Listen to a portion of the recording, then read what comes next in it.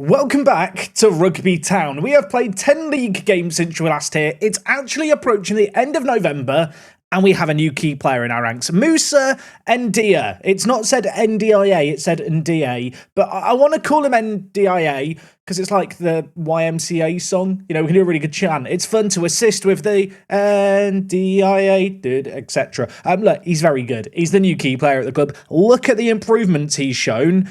Yeah, 7 assists in 16, 2 goals as well. It's looking like £150,000 well spent. And whilst I don't want to just start today's episode by just giving myself a pat on the back and saying, bloody hell, Jack, you're good at transfers, there's a sale going on right now that I feel like deserves a pat on the back. Tim, he's played no games in the league for us. He's very much a squad player. I've managed to convince Portsmouth to bid £6.75 million for him. I don't know why they think he's worth that much. His guide valuation, you might remember in the summer, was even higher than that. Let's be frank here. This guy's not worth almost £7 million, is he? So, yeah, good to get that money in, especially because as of late, we've had our youth level get raised, and even more recently than that, you can see here, my request to improve the training facilities was granted. Yes, we are still moving onwards and upwards. In fact, the facility work is going to be done in 6 days' time. Very soon, there might be an extra half a star, maybe even a star, dare I dream, on the youth facilities there. Anyway, like I've already mentioned, I've played 11 games, 10 in the league since you were last here. Lots has happened, and today we take on Charlton. This is a game against a team one place above us, and they sit in the playoffs. I would love to beat them to move into the playoffs. We've been in some good form as of late, but it's been far from perfect. We'll talk about that and more right after the intro.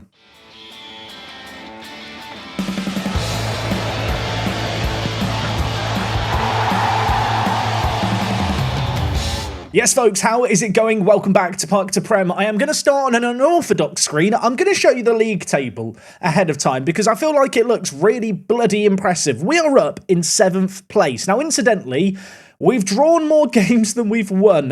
Yeah, the Championship is a league right now where there's a whole host of teams on kind of 25, 26, even the low 20s points. A few games slipping up and you could tumble down the league quite drastically. We've managed to draw 7 of the first 16 games, which I feel like is a fantastic achievement in itself. But it is a bit of a bittersweet, annoying achievement because if we just look at the XG table, apparently our expected position is 3rd. I mean, for what that's worth. And to be fair, when I show you the fixture screen here, up until the 2 wins recently, I feel like it doesn't actually look all that impressive. If you look to this at a glance, you'd think we've not done very well. Of course, last episode, we ended with a win in our first live commentary win of the year. That was against Sheffield United. We then followed it up with an EFL Cup game against Norwich City. Now, this in itself was an absolutely bonkers game. Away from home against a team predicted to be right up there in the league, we found ourselves 2-0 down on the road with a rotated team after 11 minutes, and I'll be honest, I was kind of ready just to give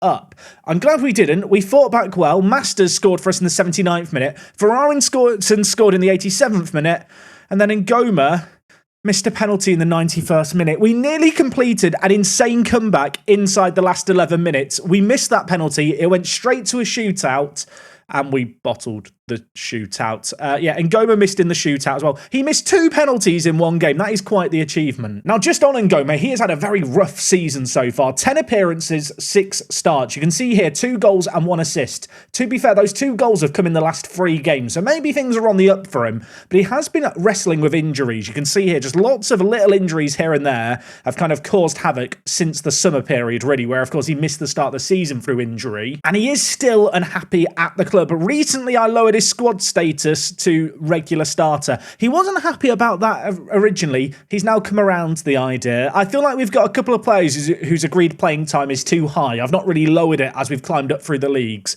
And given his form lately, Ngoma's not been playing all that much. We've had a different player step up, though. And speaking of players stepping up, Sam Fahey was the all-important man in this game here. Days after we took on Norwich away from home in the Cup, we played host to them in the league. We won 5-2 here with a rested 11. NDIA scored. Faye, though, 3 goals in this game. Look at the development. This guy suddenly looks like a proper footballer, doesn't he? 17 years old, 2 goals in 2 games for Scotland's under-21s in the most recent international break. And if we look at his overall development, I mean, The man is looking better and better, and it's not like he just got 3 games against Norwich and that was that. Right now, he's got 9 goals and 5 player of the matches. His best performances have come as an attacking centre mid when Ngoma's not been in the team.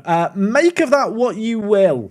Maybe I should be selling Ngoma. So I did wonder, with 3 wins in the league in a row, were we going to be able to go on a little bit of a run? The answer to that, a resounding no. At least not a good run. We failed to win in the next 7 games, although we did draw 5 of them. 1-0 against Birmingham City was disappointing. Dan James got the goal. A 33-year-old Dan James scored against me. I was fuming. After that, we got a draw against Millwall. They are right down at the bottom of the table. The fact it took a Ferrarinson 96th minute equaliser, a bit disappointing. QPR, familiar foe, of course, they were in our league last year. We lost against them at 1-0. Worth noting right now, they are 9th place in the league, so they are 2 places behind us. They actually have the same points total, though. To lose to them was frustrating, but what was more frustrating was this run of draws. A draw against Hull 2-2. That one, annoying. The next one, though, the pick of the bunch. Now, a bit of context going into this game against West Brom. Christian Martinez, the new right back, I gave him a run of games. He had not played well, so I thought, Ricky D can just come back into the team. And so I bought Ricky in, and we were 3-0 up at half-time, and I'm thinking 3-0 up away from home against a team right up there challenging for automatic promotion. We're massive. The narrator, we were not massive. They scored 3 goals in the second half to draw 3-3, and Ricky D was sent off in the 73rd minute.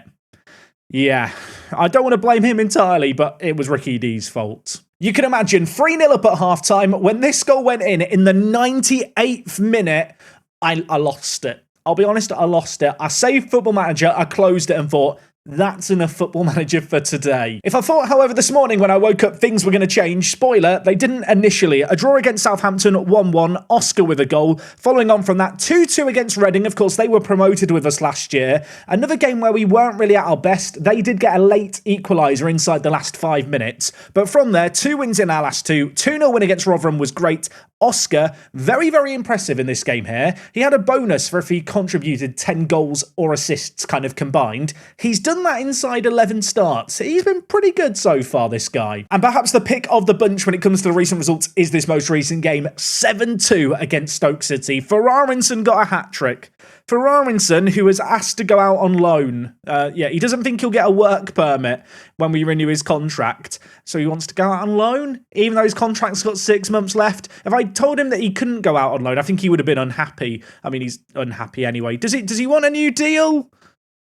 No. Okay, well, he's probably going out on loan and then we'll just sell him. I don't know what's happening with this guy. Maybe I shouldn't loan him out, but then I think he'll be sad. It's just an all-round weird situation. So as you can perhaps tell from that recent form, it really has been a bit of a mixed bag. We've not really found any consistency until recently with those 2 wins in a row, but I do feel like this game against Charlton is going to be a stern test for us. They have only drawn, you can see, 5 games versus our 7. They've not exactly got a great goal difference, Charlton, so this could be an interesting game. I do feel like it's just been a bit frustrating, but there has been some reason for positives. Obviously, Sam Fay has been absolutely amazing. He has the 2nd highest average rating in the league, and NDIA, 7 assists. That is the most in this division from left back. The 18-year-old, bear in mind he joined us like 3 days before our first game of the year, didn't get a pre-season. He has hit the ground running. Now, up until the 2 games recently, to be honest, I didn't think we were in with a shout to the playoffs, but we've had an uptick in form. I'd love to keep that going here. This first game's going to be a test. And just for a little bit of context here, Charlton's key man is Marvin John.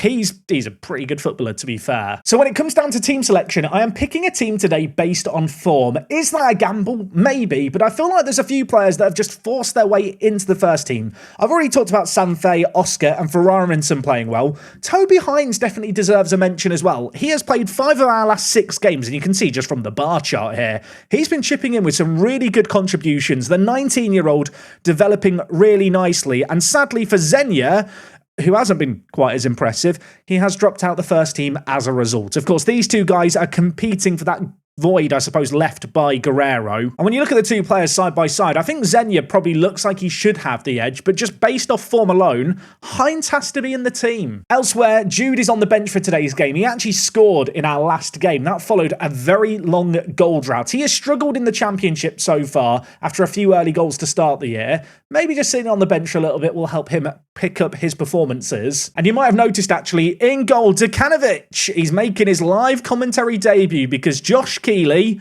yeah, he's got injured. I mean, he always gets injured. Of course he's got injured. He fractured his wrist. He's out for a little while yet. And actually, one little transfer I forgot to mention because I had hide inactive deals ticked. Gonzalo Garcia, the goalkeeper I was eyeing up in the summer, I have agreed to sign. You might remember we messed up the contract negotiations with him. Good news. He is coming to us. We have signed him for a grand total of £120,000. He's got the work permit. I feel like he's just going to be a good, solid backup goalkeeper for us. Oh, and a really major thing I probably should have mentioned, Ricardo Sanchez is also injured. Coming back from injury, but it has meant an extended run in the first team for Ferreira. So far, he's not wowed me. He's not wooed me. He's not got me off my feet. I say that. I've got the standing desk active today, so I'm on my feet now. I'm expectant. My team, go out there and enjoy yourself. Realised I didn't really acknowledge it. And Ngoma is on the bench today, just based on the team being picked on form. I can't get him into the team. So he has dropped down. Of course, very good player to have on off the bench. Might feel a little bit hard done by because he has started to pick up the goals here and there. We did only play at the weekend and this is a midweek game. So we are rotating things a little bit with match condition in mind. Of course, Ngoma has had a lot of issues with injuries. So I do kind of just want to be careful with him. A win here and potentially with goal difference pending, we move into the playoff spots. That would be an absolutely insane achievement to do. We've looked surprisingly competitive, I feel like, for the most part. We've been difficult to beat. The XG table implies that maybe we've even been a little bit unlucky. Let's see if we can keep our little winning run going here as Oscar has the ball in the wide area, gives it to Martinez, a slow starter at right back, but he played well last game and I thought he was going to get a Ricky D-esque assist there until Oscar shot and it went out for a throw-in. Not exactly ideal, but we might have a chance here with João Victor over a free kick. Early pressure on Charlton. We're knocking on the door. Are they going to open it and let us in? I was going to say not right now. They might right now because there's a third highlight in a matter of seconds. Charlton with the goal kick from the free kick that we just had. They're looking to play it out from the back. Of course, we do like to press. We do like to cause teams issues. It's up to Charlton to try and play out of that press. And Martinez has put in a great little tackle there. Dobson, though, manages to get the ball through the middle. And now Charlton, with a couple of players on this near side, Tuma could get to the byline, could get the ball in, floats it towards the back post. It's headed goalwards, but just wide of the post. I'll tell you what, if you were expecting a slow game, it's not going to be a slow game. Yeah, we've got another highlight. I forgot to mention it earlier. We have got Plymouth up next. That will be an away day. It's been so long since we did an away day, so I'm quite excited for that after this. But, well, maybe I should take it one thing at a time because John is through. And John has scored. I mentioned him being their key man earlier. He's got 14 goals for the season now. Dekanovic in his live commentary debut, not coming to the rescue. Not that you can really expect players to come to the rescue in this kind of situation here. Yeah, I mean, he'd been left in a one-on-one. Difficult situation. We had some early pressure, but we're a goal down. There was a flurry of opportunities in the first half of the first half. We're now into chapter 2. It's the second act, the second half of this first half. Can we get a response? I'd love to go in at the break at least level. Charlton have kind of settled themselves a little bit. Had we scored earlier in this game, I do wonder if it could have been one of those games where the rugby kind of surge just takes over and they can't contain us. But they've weathered that storm. They're having a little bit more of the ball. And at the moment, we are left, well, chasing shadows in the spotlights. It's not been good thus far. And in fact, Charlton having a frustratingly long period of possession. Although Hines has won it well and laid it inside to Faye. He's been in great form. Lays it to Oscar. That's 2 chances that have fallen his way. He's missed them both. Statistically, Charlton edging out possession in this game, but when you look at their shots to our shots, it looks like it should be in our favour. Then you realise we've not yet hit the target in this game. Yeah, not been great from us. I am going to tell the players I'm far from pleased and try and get them fired up. I am going to make a change here. Oscar is a player who, when he plays badly, he just plays badly. I'm going to move Faye into the striking position. He's played this twice this year and scored twice there. I feel like when you actually look at him as an advanced forward, he is a very, very good advanced forward, to be fair, the 17-year-old. And then I'm going to use it as an excuse to bring in Ngoma. We've let him sulk on the bench. Now it's time to let him come onto the pitch and prove his point. This game presented such a great opportunity to get into the playoff spots for the first time all year. We've drawn a lot of games. We've been frustrated. And while this has been a frustrating experience thus far, although Hines, I mean, he's going on his own little mission. He gives it to Ngoma. Murphy scores. He's been on the pitch less than 8 minutes. Friendship ended with Guerrero. Toby Hines is my new trequartista now. Look at him go. He goes from the right side of the pitch to the left. He gets a bit lost. He puts it on a plate.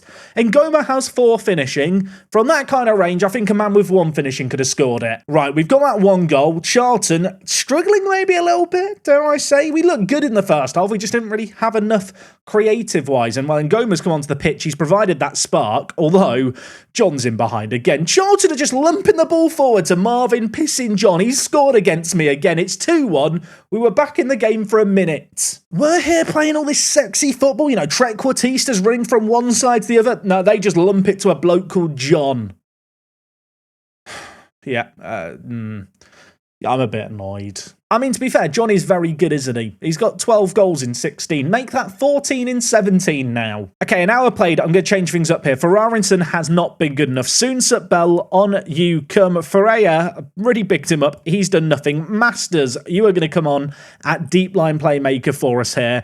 Fullback-wise, Martinez hasn't been good. Ricky D is back from his suspension. Ricky D, give the fans something to cheer about. Do your thing. Ricky D is a man who delivers on the big stage. If there's a bloke you want to throw on in this kind of game, it is him. With 20 minutes left, I was about to make some changes. Then a highlight started to play. I'm going to remain patient. I was going to get rid of look for the overlap and go a bit more direct with our play to attempt to get the ball further up the field. But, well, for now, we need to just try and deal with this. Lovely header. And Goma in the wide area picks up the ball. He's on a little bit of a mission as he gives it to Soonsut Bell, who's going to look inside to Masters. João Victor, lovely build-up play. Ricky D, I thought for a moment was going to be free on the right-hand side. Didn't find its way to him, but it could find its way over onto the left-hand side now. Gasperi, Soonsut Bell, Faye, wide, NDIA. Can he do anything magical? I mean, okay, no, he's to be fair, for that attempt at singing, he probably deserves to give away the ball. I've probably just distracted him, shouting his name from the sideline.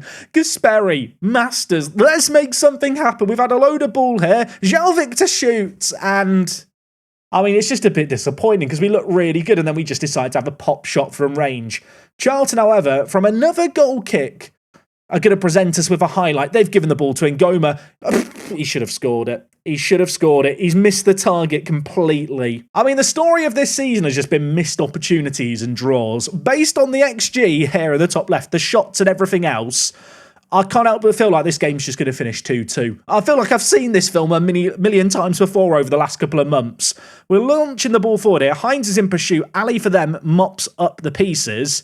Pablo Moreno looks to go long, and Kize reads it nicely. A man who didn't really shine in League One. He's done okay in the Championship so far. Faye is in behind. Faye should score. He does score. He's offside. He's offside. I've seen the linesman. Okay, lads, 5 minutes left. I realise I never did the changes I was going to do when I waited for the highlight to finish. I'm going to go even more direct than I planned. Get rid of roll it out. Get stuck in.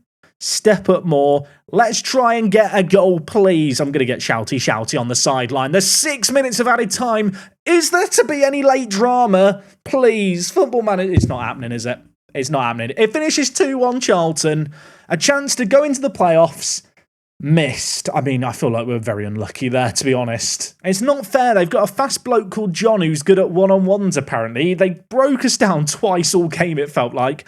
They took both opportunities, and with that result there, because of how close the league is, we now drop down to 10th. I mean, that is a frustrating game. There's a little bit of news here that makes me less upset. The deal for Timmy is to be confirmed. 6.75 million smackaroonies for him. I mean, that is a robbery for a man we signed on a free transfer, isn't it? He's not even played for us in the Championship. Now, sadly for us, that money from that transfer doesn't hit our bank account till January when the transfer indeed goes through. So we're waiting on that a little bit. Going to be interesting to see how we fare financially. Usually, obviously, we can monitor kind of month to month how much money we're losing. But because of stuff like the youth facilities being upgraded, the training facility upgrades I've asked for, there's not actually been a few months in a row with just normal expenditures. I kind of want to try and figure out how much we're making and losing a month, because the graph looks a bit angry. I mean, if you want to believe this chart here, we're losing about £900,000 a month, which is quite a lot. And just for a bit of context here, attendance-wise, we are actually getting sellouts now. You can see 4,740 fans turned up to Butlin Road. That is our capacity. This is the first year where we're actually selling out every game. It feels like it might not be enough. Anyway, we have got a second game today, and it is going to be an away day. It's against a Plymouth Argyle side managed by Will Still, of all people. They've actually been in the Championship for the last 3 years, Plymouth, kind of staying up against the odds. Right now, they are struggling. They are in the drop zone, away from home. It's not going to be easy against them, but I'd like to think we can get a win. The game is so close, though, I probably should rest the players. I'm going to do that now. I'll see you on match day. So for today's second game, we're on an away day. It's been a little while since the last one. I must admit, there's a fair few Championship teams whose away days I did last year. It's always exciting when you get to do new ones, like this one at Plymouth. And also, obviously, once we eventually get European football, just going on European tours is going to be fun. I've mentioned it before, but the plan after Park to Prem, save game-wise, is to do a similar save game in Japan. I'm looking forward to some Japan away days. I feel like there's loads of potential with away days as we go further afield. But at least for today, we are staying in England. We are heading to Plymouth. And I've never been to Plymouth football ground before. Plymouth isn't a small place. I like the fact I'm just looking at it as if I'm just going to spot a stadium somewhere. It could be literally anywhere. Say it could be anywhere. Switch to satellite view. And it's really obvious where it is. It's labelled Plymouth Argyle FC. Here is the home park stadium. They've got solar panels on the roof, and also some of these seats are not covered. You don't want to get these seats on a wet winter's day. Okay, I'll be honest, my first impression is I love the parks around the ground. Look at this. You've got Plymouth's Winter Wonderland, which is temporarily closed, presumably because, well, it's currently February. Also, I'm not sure why I've looked at my watch there to check what month it is. We've got park tennis next door, some extra football pitches, just a lovely park area with some golf. If you fancy it, you can do frisbee golf, foot golf, pitch and putt. I'll tell you what, they've got stuff going on here at Plymouth. There is the Plymouth Life Centre. What is the Plymouth Life Centre? Can we take a look at the Plymouth Life Centre? I assume it's like swimming pools and stuff inside. It could be anything. It looks like a swimming pool, doesn't it? I'm just going to assume it's a swimming pool. Now, in terms of the stadium itself, I'll be honest, it doesn't look like the most flashy, but you know what? Looks can be deceiving. We can have a look in the ground a little bit and from one side. If we just ignore the building work going on to the side, can we just discuss this entrance? This is very cute, isn't it? This feels very quaint. It's actually quite a big stadium hidden behind all of this, but it just looks cozy from the outside with this sign. I always rate a stadium that's been built on a hill and they've had to level out the pitch. Top work by the engineers. Here is Home Park. I still can't get over the fact the name is a bit blah. If we look at it from this angle here, it doesn't look like the most inspiring of grounds, does it? I'm not a fan of the green. I am fully aware that Plymouth play in green, but just the green that they've got on some bits of the stand, it just looks a bit old-fashioned. It looks like, this could be a weird analogy, it looks like your grandparents' kind of garage door colour. You know, it's quite musty. Realise that could be related entirely to my grandparents. I'm sure not all grandparents have green doors on their garages, but maybe they do. Right, there are 3 dots in the stadium. We'll start by going into the ground. Here is the stadium. First things first, sea art is good, although the gap in the middle of Argyle does annoy me. I suppose when you've got 7 sections and you've only got 6 letters, you're going to have a problem somewhere. I just feel like they could have done something in the middle. It kind of looks like it's Arg-yul. Yeah, I'm not sure I like the sea art. We have got 2 more photospheres here from in the ground. Here is one submitted by Tony. Shout out to Tony. I will say, I do actually quite like the stadium. The green colour I'm still not a fan of. I'm sorry, Plymouth fans. It's just a personal vendetta against your shade of green.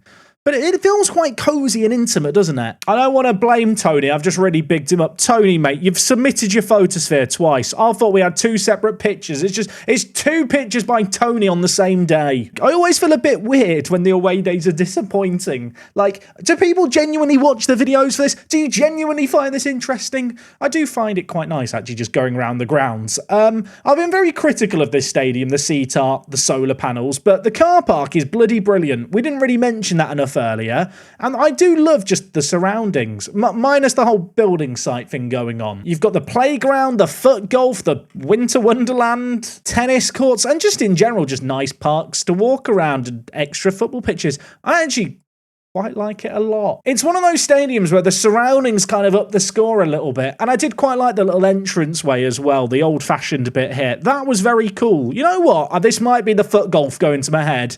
Home Park Stadium, all full name, Solid away day, 7 out of 10. I do question if the fact I've not done an away day in a while makes me want to give it a higher score. That could be a factor too, I suppose. Now, this game is only a couple of days after that previous one against Charlton. I did rest up the players, and for the most part, we are better for it. You may notice a little bit of a change in the team, though. I have dropped Oscar for this game. He was disappointing, and Goma came on and did well. He's going to start as the attacking mid. Faye is going to play out on the left-hand side as the pressing forward. Last game for Aronson played there. To be honest, he just doesn't really have the mentals to play as a pressing forward. Not sure why I played him there last game, if I'm being completely honest. Faye is a much better fit, however, for that pressing forward position. He's got that good aggression, good anticipation, maybe lacks a little bit on the work rate front and a few other areas, but ultimately, it's very rare at this level when you're a club like ours, you can have players who just do every role and cover every aspect of it perfectly. And elsewhere in the team, I have decided to bring Masters in for Ferreira. He's not impressed me so far,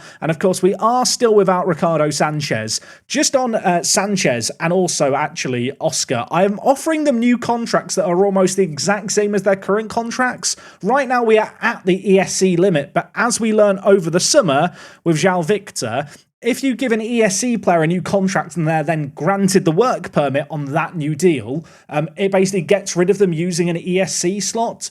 I'm secretly hoping that between, Oscar and Sanchez, if they get those work permits granted with these new deals they're signing, which are basically, as I said, just the same terms, we have some ESC slots for January.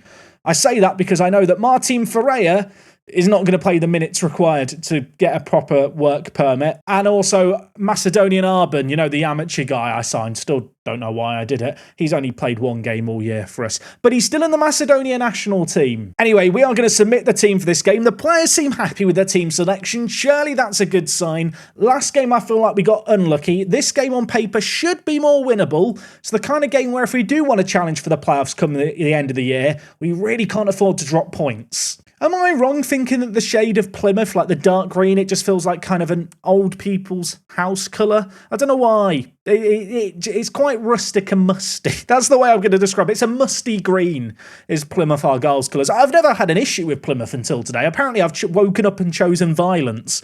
I'm going to hope the players, kind of footballing-wise, have woken up and thought the same. For Aronson scores, Faye has an assist. Maybe they are feeling violent today. Of course, when I say violent, I don't mean in a Ricky D or an Mkize get sent off absolutely pointlessly and cause us to bottle a game kind of way. Just in a kind of up for the fight in footballing terms kind of way. Right, Martinez, you had a slow start at the club. You actually played quite well, the Chilean, this game. He's been involved in the build-up play. Hines has pulled it back. Faye shoots, it's blocked. And the shot from range there goes out for a corner. Martinez on the near side. The last highlight began with him. This one is going to start with the right back as well. He and João Victor knocking it around. The South American links going hard. Masters could shoot from range. Chooses to lay it wide. His pass was a little wayward. Plymouth maybe looking to catch us on the counter. Of course, that is how Charlton undid us last game. We're not going to rest on this one-goal lead. We need to keep pressing home. Defensively, we very rarely keep clean sheets. We need goals. We need Martinez to put it on a plate for Ngoma. We double our lead, 2-0 up after 14 minutes. I mean, that's perfect. That's what we wanted to see. I did fear for a moment here that the linesman's flag was going to be raised when Martinez squared it. The right back getting an assist. Ngoma, still on a part-time deal, finds the back of the net. I mentioned earlier that I've lowered his squad status from star player to first-team player. I'm hoping that in a month or two's time, that new role might mean that he has lower wage demands. That's the dream situation. Last time I asked him, he still wanted like £18,000 a week, which we cannot afford. I suppose the issue is he's playing well now. He's probably going to want more money. We're on the attack again here. Faye almost made it free. And Ngoma going to take this corner short to Masters, and we just give the ball away. Is that really a highlight, Football Manager? Are we really wasting... I've got a request for the Football Manager developers. If a one-on-one happens and it goes out for a corner from a save or a deflection or whatever, and the resulting corner has that kind of highlight, just don't show me the corner. Show me these kind of corners. Show me Mkize missing it and then us somehow not scoring. With all the chances we've had so far in this game, if we do not leave this stadium with 3 points, I'm going to be bitterly, bitterly disappointed. We have been so good in this first half. We've got an XG of 3.13. We really are an XG merchant of a team. The XG table says we should be in third. If we could score, As many as we shoot, we'd be bloody good. I mean, we're on the attack here. João Victor, Martinez, you're going to have to run to keep that in play. But I'll tell you what, run he will, battle he will, and Ngoma will score. It's 3-0. It's his second of the game. I look like a genius bringing him back into the team. I believe that now makes it 5 goals in his last 5 games for Ngoma, or maybe it's 4 goals in his last. I might have lost count. Either way, he's back in goal-scoring ways. We did beat Stoke 7-2 not that long ago. Can we get another 7? 7 is a magic number. We score 7 like every season, it feels like. We need to do it again this year. This feels like an opportunity to do it. Not that I'm being greedy. You know, any win is good here. For Arinson, he's made it 4. 7 could happen. I feel like I'm known for giving quite harsh team talks with the players. I'm not going to criticise them for this one. You're just doing brilliantly, lads. Keep it going. There's part of me that wonders if I should maybe rotate things a little bit just to take off some of our key players whose maybe fitness levels have some question marks over them. We'll let this highlight play out first, but particularly players like Mkize, who has been requesting a rest lately. Probably a good opportunity to take him out of the team here. Ferrarinson's bringing it forward. I mean, he's been in some good goal-scoring form. The keeper's been forced into a decent little stop. We do have a corner. Murphy, you're over it. He's on for the hat-trick. On this occasion, he whips it back post. Gasperi scored. Did that actually go straight in off him, or did he head it at a defender? That looked weird. I feel like I need to get out a magnifying glass here. How did this ball hit the back of the net?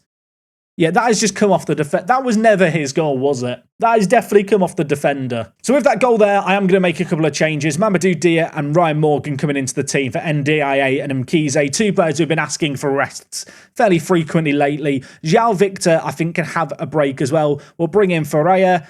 And Sam, you've not been great today. I'm going to take you off and bring in Oscar. There was a temptation to bring in Jude, but I don't know. I feel like I like Oscar more than I like Jude, which might be blasphemous considering Jude's been here for 4 years now. But Oscar's Oscar. He is him. He's Honduran. You know, if Jude was Honduran, I know he's got partially Thai nationality. If he was Honduran, he'd play in this game. As soon as Jude declares for the Thai national team and represents Thailand, he'll get loads of appearances. It's just how I do things here. I mean, Ngoma is on for a hat-trick of goals and a hat-trick of assists. He's got 2 goals, 2 assists. He's on a 10.0 rating. Sadly, in the second half, we've not quite maintained the level of performance. The 7-0 is now looking beyond us. 4 minutes left of added time at the end of this game. A win is a win. Is there a late chance for another? There is. It's not 7. It's going to be 6-0. Morgan scores it.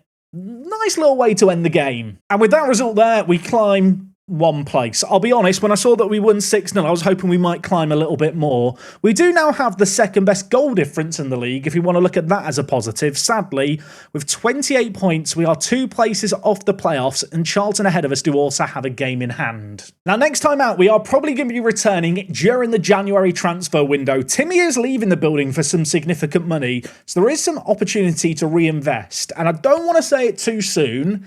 I would love to try and hunt down a playoff spot this year, maybe with the good right recruitment.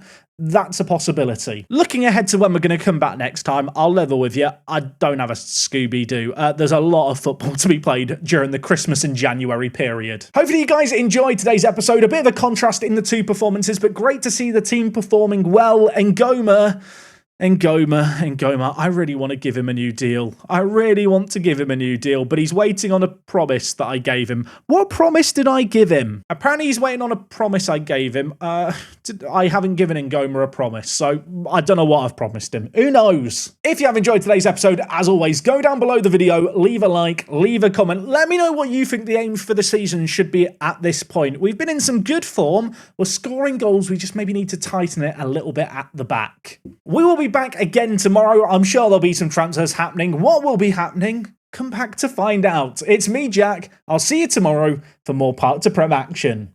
I'm out.